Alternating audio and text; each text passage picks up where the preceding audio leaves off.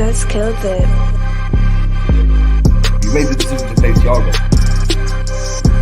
Klopp doesn't change the system since Luvac left. You don't want to change from the 4-3-3.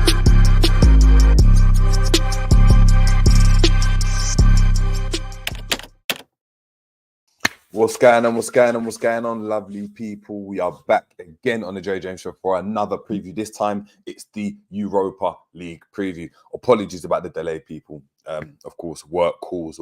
And when you're on your ones, you've got to make things work. But I told you guys we're going to bring it out to you today, and I have come prepared. Now, it might not be as long as I wanted to. It might be about 30 minutes or so, but that should still be enough for us to get into the nooks and crannies of this game. Hope everyone is doing well. As you always know, anytime you see me in this box in front of your screens, please make sure you are smashing a like. If you're new to the channel, please subscribe, and it does help the channel. I hope that the content I'm providing you is a bit more nuanced, a bit more niche. You're getting a bit more from it than your average kind of, LFC channel. And on top of that, I want us to share as well. I think sharing is really, really important. Don't be, I don't use cop block, but don't be, a gem. Don't be, hoarding and keeping away, and gatekeeping from people. Share the content out, man. If your brothers are, wants to take the piss out of Liverpool fans, and then chuck him on here. If he's not, and I don't know if your mum or auntie's a Liverpool fan, please make sure they get over and check out the content. But listen, before I get into anything, I need to get into some rumours, some bit of the rumour mill. That's moving on at the moment. But I need to shout all you man out first, so we're going to do that. Big up to Honesty in the building, saying big up JJ. Before we start, how was coaching yesterday, and is more of a Jose or Klopp type of coach? I don't know, rephrase that for me, please. But big up to Honesty, big up to Red for Life, big up to Keep It Level as well. Big up to Ravi in the building. We've got Jamie Phillips that's popped on as well, and many others that are watching on Twitch. So shout out to the Twitch community as well. Make sure you're heading over here and liking the video, though. It does help the video.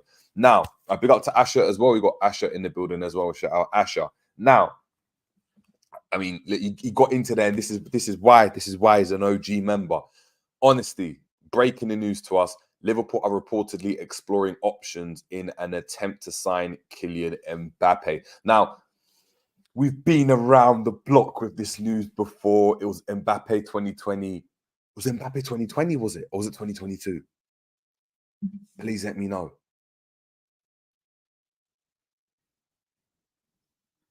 Oh man. Was it Mbappe? It might have been one of those. And that's the craziest thing about it, is that I think we were dealing with Mbappe 2020, which has been almost 4 years now that this rumor was exactly. It wasn't Mbappe 2020. Jesus. Mbappe 2020, and 4 years later, we are still discussing Mbappe coming to Liverpool. Now, of course, we know Mbappe was subject to a massive world record bid from Saudi, from the SPL. He had turned that down in favour of staying at PSG. Of course, being rumoured to obviously go to Real Madrid, replacing Karim Benzema. That move didn't go through, as Real Madrid didn't have the funds. And this move, although it would be absolutely amazing, yeah, I just don't see it happening, because Liverpool never get these deals done, ever. If Liverpool were to get Mbappe over the line, that would be the biggest signing in Liverpool's history. Bigger than any other player that we've signed before. The biggest signing you can potentially make in football. I think he's a bigger entity than a Haaland.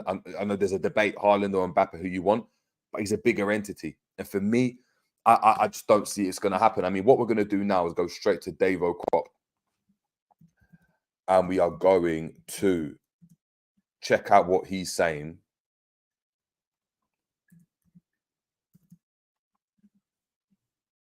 Oh, what's going on here? There we go. Cool. And going to go on his website and directly see what he's saying about Mbappe before we get into, obviously, all the rest of the nooks and crannies, which is crazy. Let's share the screen with you guys. 2 seconds.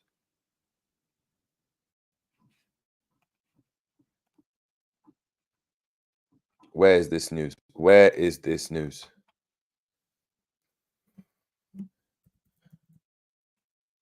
I'm typing it up, so we're going to see if it's coming from the horse's mouth. Jamie's obviously, there we go, 4 hours ago. Here. This is written by Liam McPherson. So, hey, let's just get into it. Kylian Mbappe's future at PSG could hardly be any less clear. The Frenchman has consistently been linked with the switch to the white of Real Madrid, but no transfer to the Spanish capital is on the horizon yet. It is believed that Madrid do not see the 24-year-old as a feasible signing, owing to his massive wages and the fact that he entered into a gentleman's agreement to join the 14-time European champions before turning around and signing a new contract with PSG. Of course, we discussed that just a moment ago. Mbappe's contract expires at the end of the season, and he's reportedly yet to make a final decision on where he will play his football next season. He's able to negotiate terms on a free transfer from New Year's Day, meaning interested clubs will likely review whether they can afford the World Cup winner. Duncan Castles of the Daily Record reports that Liverpool and Arsenal have begun exploring the financial and sporting parameters involved bringing Mbappe to their respective clubs. Castles first called that Felipe Coutinho would be leaving Liverpool to Barcelona in January 2018. So he has some sources, clearly, Duncan Castles.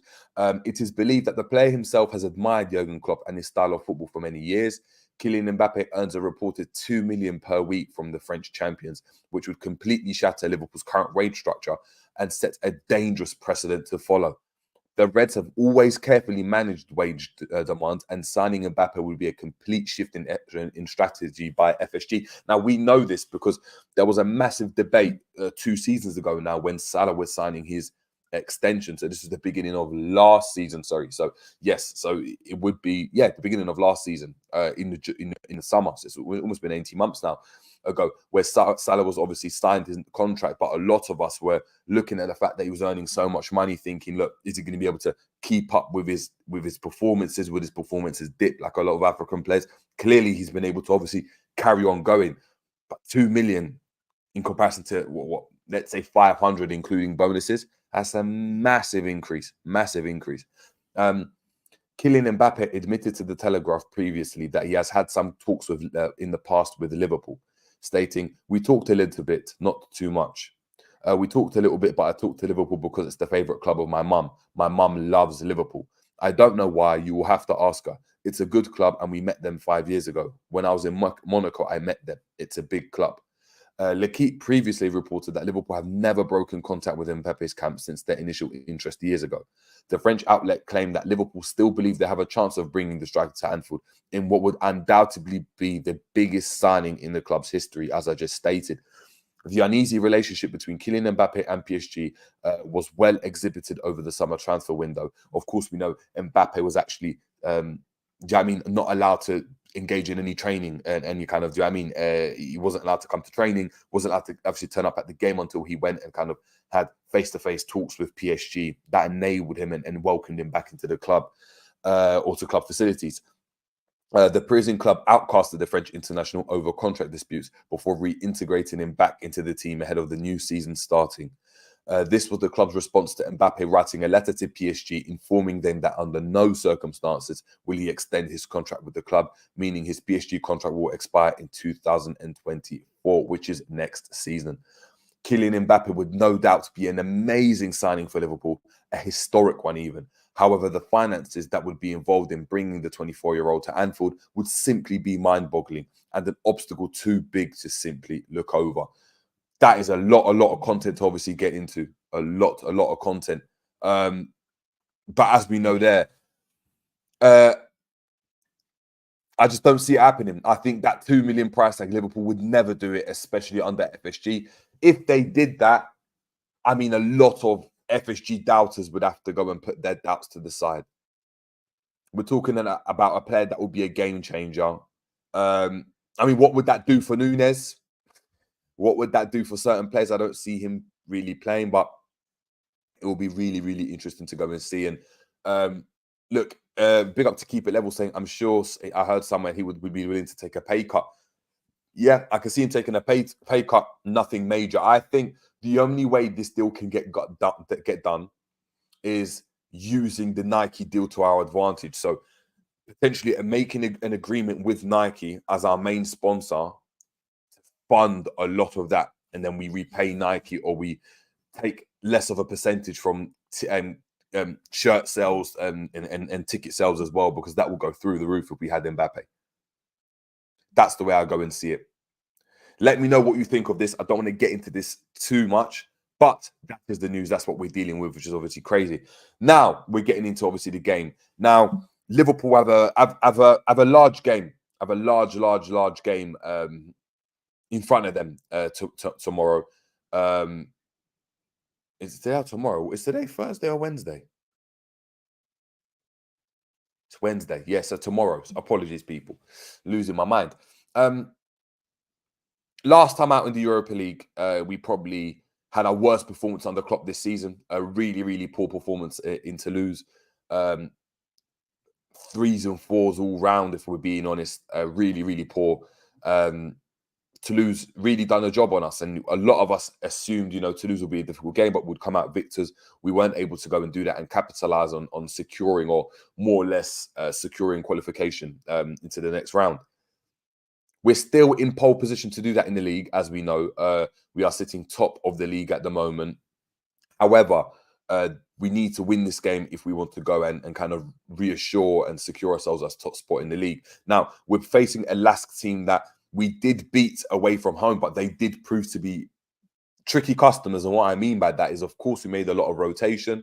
We weren't as fluid as we believed we would be. However, they scored that first early goal, and they kind of played on that on that kind of, I don't know, that weakness that Liverpool have, which is we concede first in a lot of games, and have done. So I'm looking at this game, and it's a game that I believe Liverpool can win.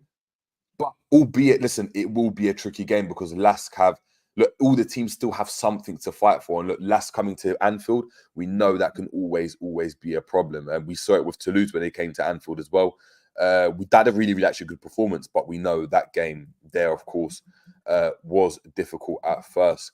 But if we get into kind of the nooks and crannies, of course, when we're talking about injury news, and this is the massive situation, we are currently, I wouldn't say struggling for injuries, but we have 2 players in our first team that played on the weekend that will be unavailable for the game.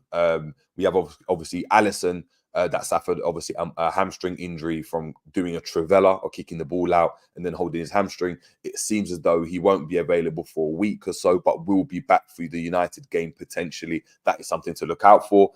Diogo Jota will be out for a bit longer, and we will have to wait and see. And that news is a bit concerning, because as we know, that kind of narrative and that wording was used with Thiago's injury, and we haven't seen Thiago since last season. So it is something to really obviously keep an eye out on in regards to injuries and kind of his future as well, because he's a player that picks up a lot of injuries every season. It seems as though every season there's one injury minimum that he goes and suffers that really derails his season and actually takes him away from having a season that he could potentially get into, 15, 20 goals a season, because I believe he's got the finishing to be able to go and do that. Liverpool create enough chances, but just not on the pitch enough. And whether that's because he's not starting, he's not in form, or because he's injured, it all plays a part. Alisson, as I mentioned, Phil, has about a week. Klopp said about a week and a half. However, Red for Life saying he won't be back until the new year. We don't know that as well. It could be the case, which means that we're left with a predicament in goal, because although we have Kelleher, who I believe will actually play today, and I'll get onto kind of my lineup before we head off. We've also got Adrian, and Adrian isn't the greatest. And Jota does offer us a really good option up front when the game's not going well. We know we can actually bring him on and try and get headers, get goals last minute, and even if he's not starting games, which I don't think he would have started anyway. However, we're still obviously waiting on certain players to come back. Of course, Bajcetic still on out. We've got Thiago that's still out. I don't believe he'll ever play for Liverpool again, if I'm being brutally honest. There's no news of him at all. A lot of clips are going around talking about, we should potentially give him an extension and all this type of thing. And look, let's hold back on the extension talk, because all the clips that people are putting out are from 2 seasons ago, which is crazy.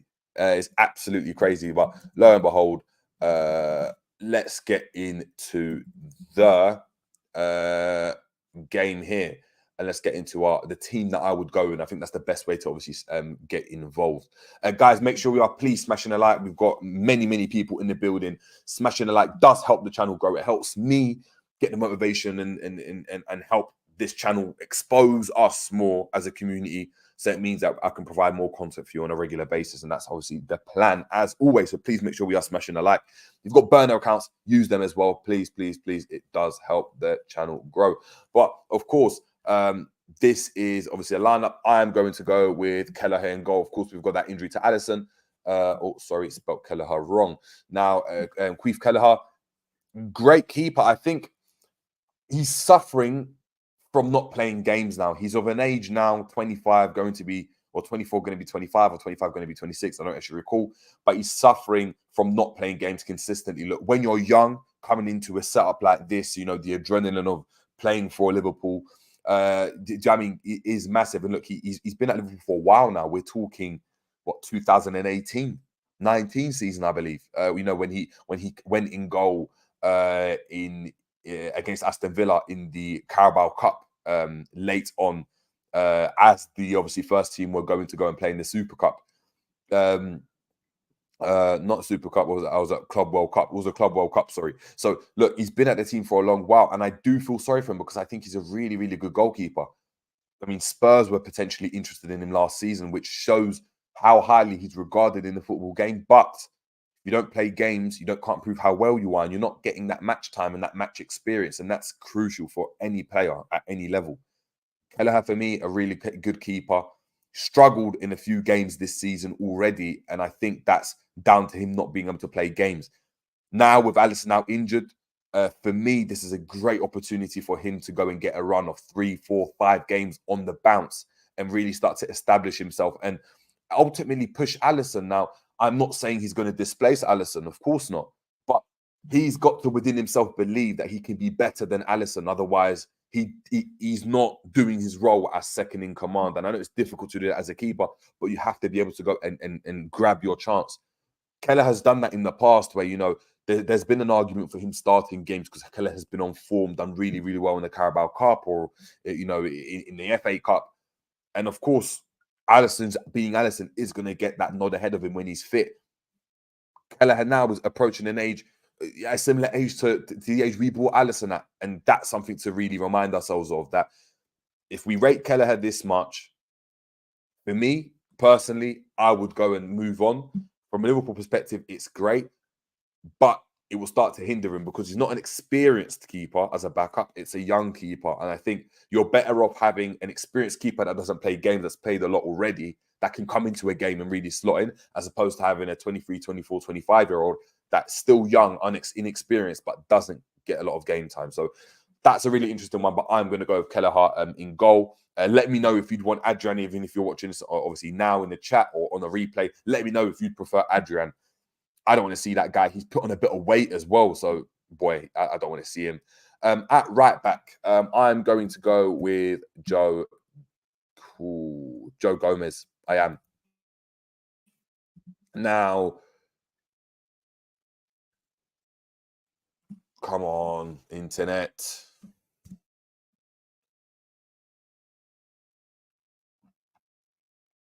Okay, let me just type up then. Cool. We've got Joe Gomez at right back. Now, of course, we haven't got a lot of options at right back, and Bajcetic just played there really early on this season. However, I would definitely go with Joe Gomez at right back. I think, let me just show that for you guys so you see it. Yeah, I'd go Joe Gomez at right back. I think Trent does need a break.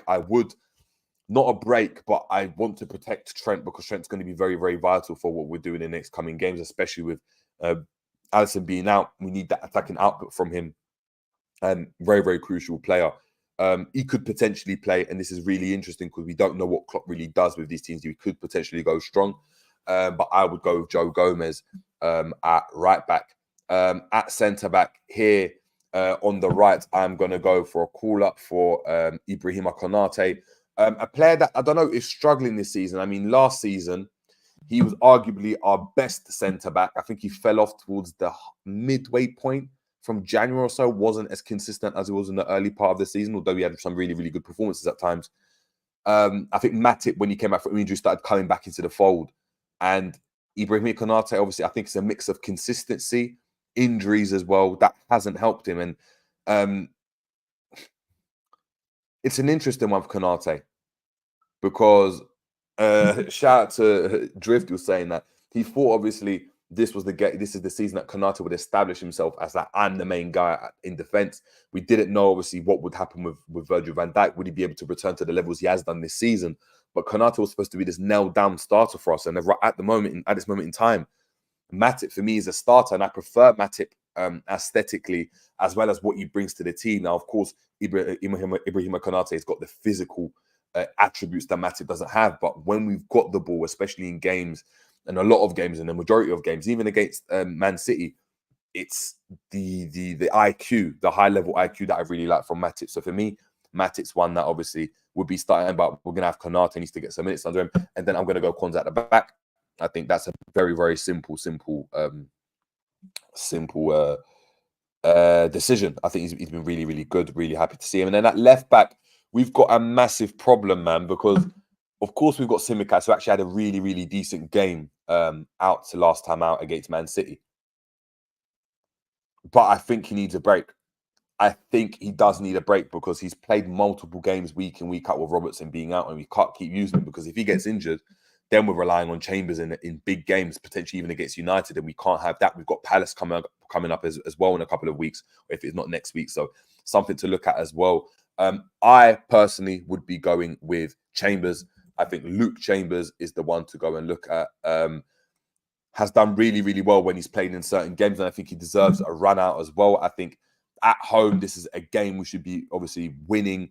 And we've obviously got him off the obviously the likes of Tsimikas and other players to come off the bench. In defensive midfield, I think if he doesn't get games here, he's never going to get games. It's Wataru Endo. Really, really underwhelming signing, if we're being honest. I don't think anyone gets the signing right now. I know some people are really, really, really, I don't know, happy or some people are really, really, I don't know, satisfied or confident with Endo. Think he's got the potential to move on and to get better. I can see him maybe building some consistency, but I think this is his level, and unfortunately, that's where I'm going to have to keep it at. So for me, I'm going with Wataru Endo in the DM role. I don't think there's anything else that could happen. For me, what I would go with, considering how we finished the game last game, is I'm going to go with Jones at left centre mid. Now, look, I'm a massive Curtis Jones fan. However, he didn't have a good game. This might be the game for him to obviously kind of re-establish himself and gain his confidence again after being out and coming back from international duty. But he's not in a position where we haven't got options. We've got the likes of Gravenberch, McAllister, Soboslai, all players that play in the 8 as well. He didn't have a great game, and Gravenberch really changed the game with his athletic kind of running and his movement that I think really aided us and contributed to our win. I think I recall the run he made to pull Bernardo Silva away just before Salah played the pass into Trent for the goal. So Gravenberch for me starts in the next game in the Premier League and has obviously usurped Jones momentarily, but I think they will be rotating this season for me. Curtis Jones starts this game and gets another chance to kind of redeem himself after that poor performance. At right centre mid, we've got Soboslai there, and he hasn't been good. I think he deserves a break as well. I would go and play Elliott in midfield. I think Harvey Elliott has been decent this season, if I'm being honest. I know there's been a game or two where he hasn't really performed well.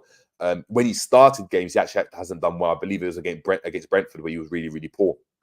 But coming off the bench has been a real plus. I think he's maturing in his play, and he's starting to understand the team and the different roles, and understanding where he needs to be on the pitch no matter where he's playing. And he's becoming a decent asset to have off the bench. I mean, I look at certain teams with the players that come off the bench and they're youngsters, and I mean, I like Reece Nelson. Is Reece Nelson better than Elliott? I don't think he understands the system as well, and I think Elliott's a bit more versatile. So I'm definitely going with Harvey Elliott on the right centre mid role.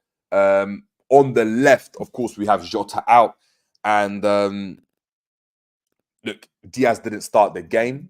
I know a lot of people might be scared of injury and might want to go and see him play. Jota started, but Jota is out, and I'm going to go with Diaz. And the reason being is I think he needs to play himself into form. And I think him getting about 30, 40, 50 minutes, also giving us that experience, will aid us. And I think it will aid him in the coming weeks, because we're going to have to rely on him a lot with Jota being out. You know, there's not a lot of options that we have to go and play out on the left. And that's something to obviously go and look at. So that's what I would go with potentially. Let me see what you guys are saying before I get into anything else. Big up to Captain Sal. Hope you're doing well.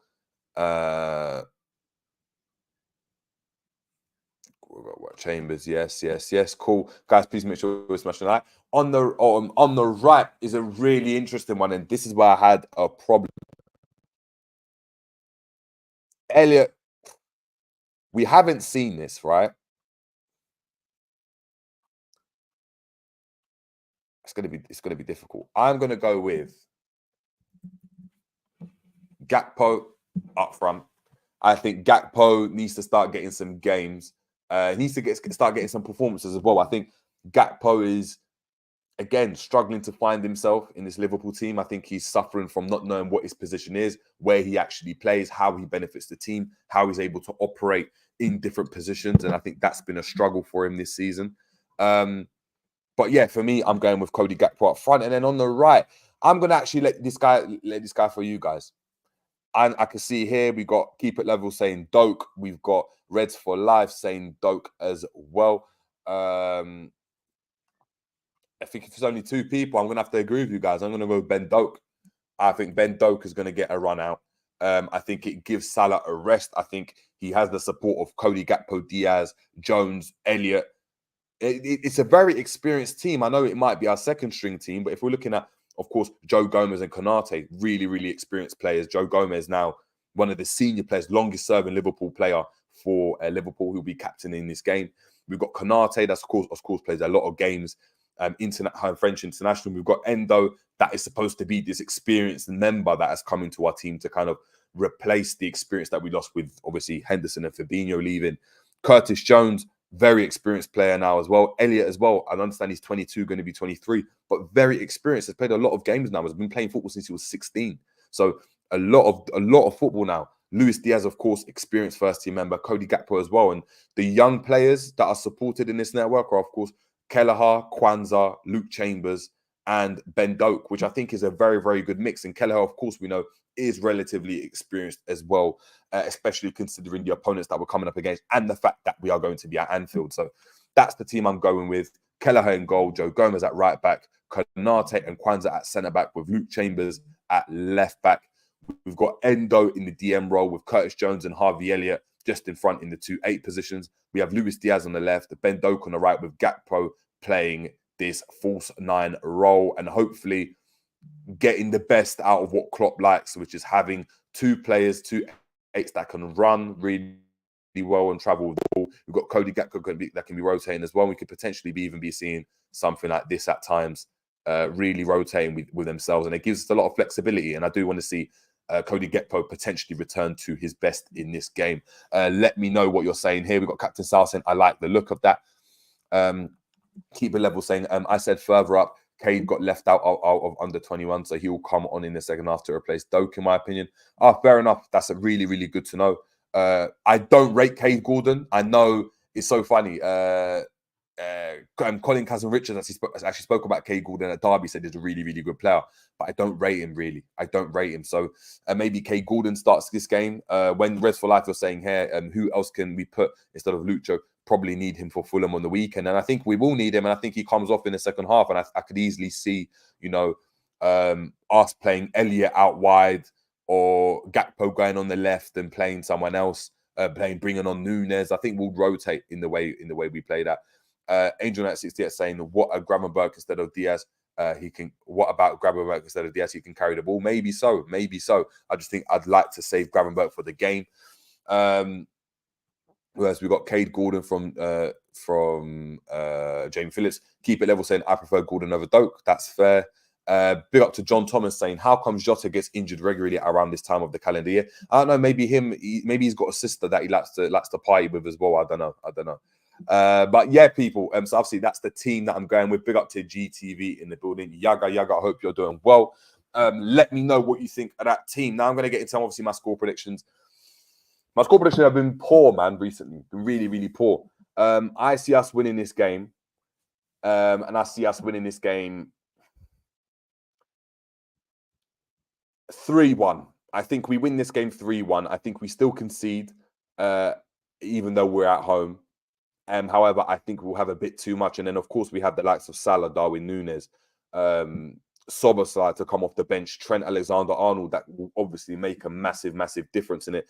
Could even be a set piece that really kind of, separates the teams. And then from there, we kind of start to assert ourselves. So that's the way I look at it. We've got Katisar saying Scanlon as well in place of Diaz. Potentially, we could potentially see that. We've got GTV saying, all I'm thinking is Europa is done. Well, it's not done yet. It's not done yet because, you know what, I might as well get the league table out. Just to go and show the predicament that we're in.